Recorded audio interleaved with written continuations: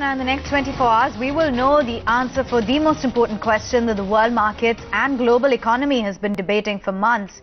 Will President Donald Trump and President Xi Jinping find truce at the upcoming G20 Summit? Tanvir Gill discusses the big picture with Alastair and Iris Pang. Listen in. Certainly not very sure at all that we will have a deal in the next 24 hours. The runes have not been reading favourably towards the deal. Having said that, President Trump is, of course, addicted to the art of the deal. He values greatly his personal relationship with Xi Jinping, and it is certainly far from impossible that the two leaders will strike some sort of accord. But the big question is, how meaningful will that be? My personal view is that if there is an agreement between them, it will be something along the lines substantively with the agreement that Kim Jong-un struck with Donald Trump in Singapore in the middle of this year. In other words, substance light. I think the best we could reasonably hope for would be an agreement for further talks at the technical level. And there are reports this morning that Steve Mnuchin and Liu He, the two leading senior officials on behalf of their respective countries, have tentatively arranged for a possible further round of talks in Washington in mid-December. That at least would stave off the immediate threat of a tariff escalation by the US, but we would still face major hurdles before that threat was neutralized completely. And for what it's worth, I don't think it actually will be. I think in the end, the hawks in Washington will prevail. Xi Jinping will not be able to satisfy the Americans, who are looking for, in my view, a latter-day equivalent of the unequal treaties with which China was to align during the 19th century. And I simply think that there is the lack of historical knowledge in Washington which is leading them to demand things from China which no Chinese leader could possibly concede. It's about acknowledging America's supposed right to continue to be top dog globally in perpetuity. And that does not fit with China's emerging economic or political power in a rapidly shifting global scenario. Oh, absolutely. China's rise is definitely a threat for the US's dominance in the world thus far. And I think that's going to be a bit of a prick point, so to speak, for US leaders in the years ahead as well. And I don't know whether Donald Trump would be an exception to that, but I think that is one of his key concerns. Iris Pang, let me come to you. If you just look at the absolute numbers, I mean, you understand China better than most. If you just look at the absolute numbers, we're talking about $500 billion of exports to the US. Again, tariffs on those exports, I believe $200 to $250 billion of goods have already been brought under the new tariff regime. There's going to be the last tranche that's going to happen in December, and then one believes that this will escalate into full-blown crisis. On the other hand, you are comparing that to $100 to $130 billion of exports from the US to the China region. So if one were to look at the absolute numbers, they would say it's definitely higher stakes for China, and they perhaps must come to the table this time around with a greater amount of keenness to getting a deal done. Do you get that sense? Okay. First of all, I expect that the 200 billion 10% tariffs will increase to 25% on the first day of 2019. This is what I think is already in the cards. If it could be deterred or delayed. After the Xi and Trump meetings, it will be a really positive news for the market, but I don't expect that. And on the extra 267 billion, I expect that, negative outcome from the Xi-Trump meeting. I expect 267 billion Chinese goods will be also under tariffs in the U.S., maybe starting from 10%. you're right pointing out that China does not have the same amount of U.S. imports to be tariffed. But don't forget that China can cut tariffs for all countries, imported goods, but just that they can impose extra tariffs on U.S. goods, and U.S. goods will be not competitive at all in the China domestic market, which means that it also hurts the U.S. manufacturers and exporters. I'm completely with you on that, Iris. The thing is, Alastair, nobody's been able to put a number to the impact these higher tariffs would have on growth rates for both regions. I know that the rough number on the street, and I'll go to Iris on that in just a bit, the rough number or rough expectation on the street is that China, with the tariff impact, would be able to defend the 6% baseline on growth.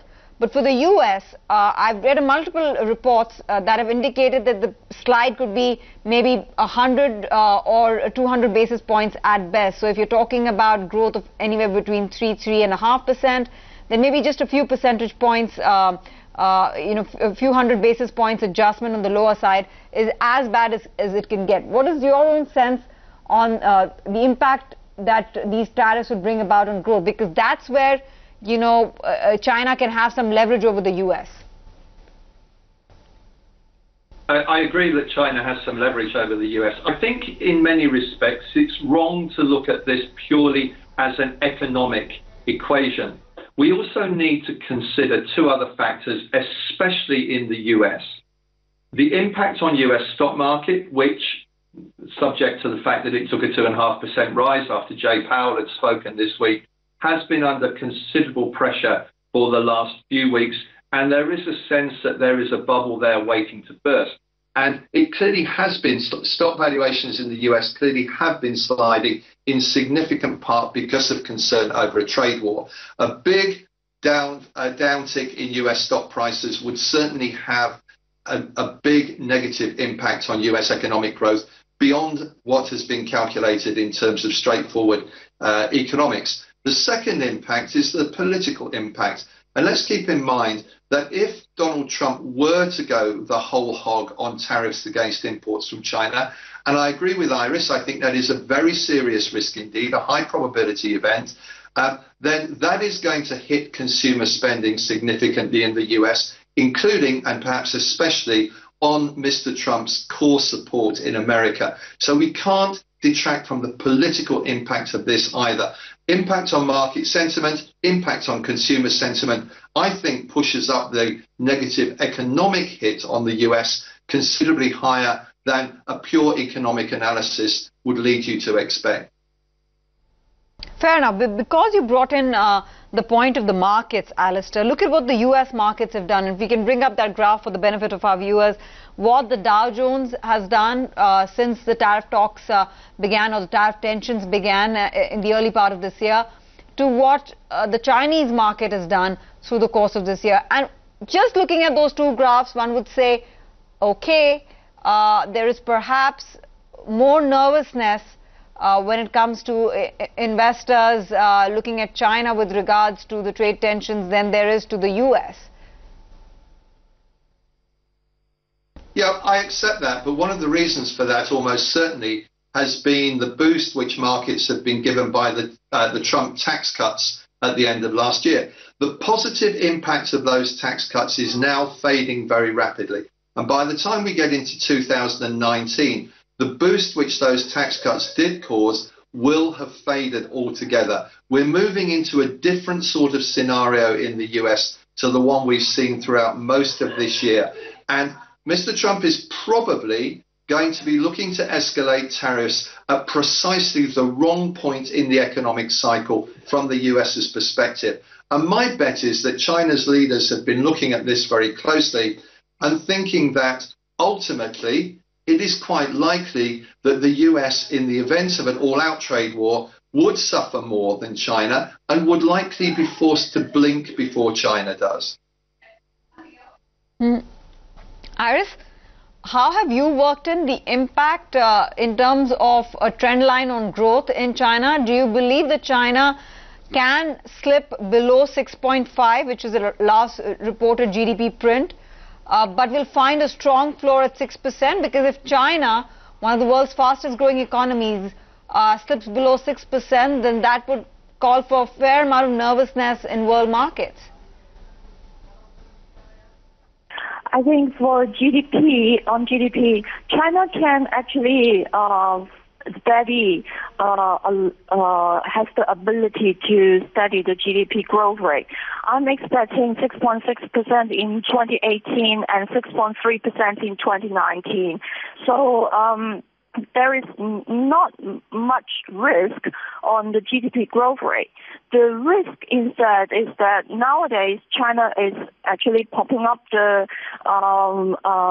banking loans and also other financing via the local governments, which I think will be a little bit risky going forward, because it is very difficult to keep track of on how these local government financial vehicles and local government special bonds are doing.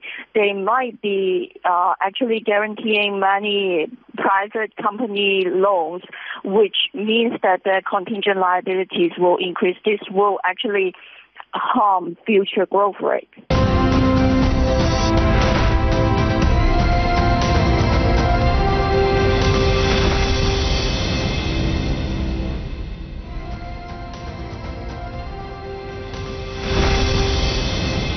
Alastair, let me put this question to you. The two personalities that we are dealing with, the President Trump as well as President Xi Jinping, and I know you alluded to that in your opening answer as well, but I want to dig that point a bit further, because that's your core, core competence, so to speak.